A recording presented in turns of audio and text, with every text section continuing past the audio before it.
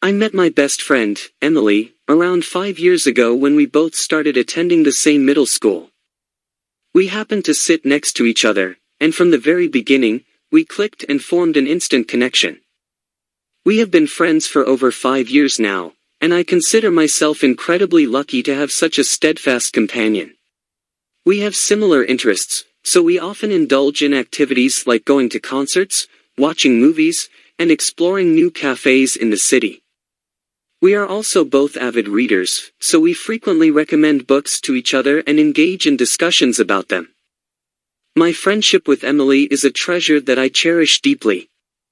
She is not only a friend, but also a confidant. I can tell her all my secrets and I know they are safe with her.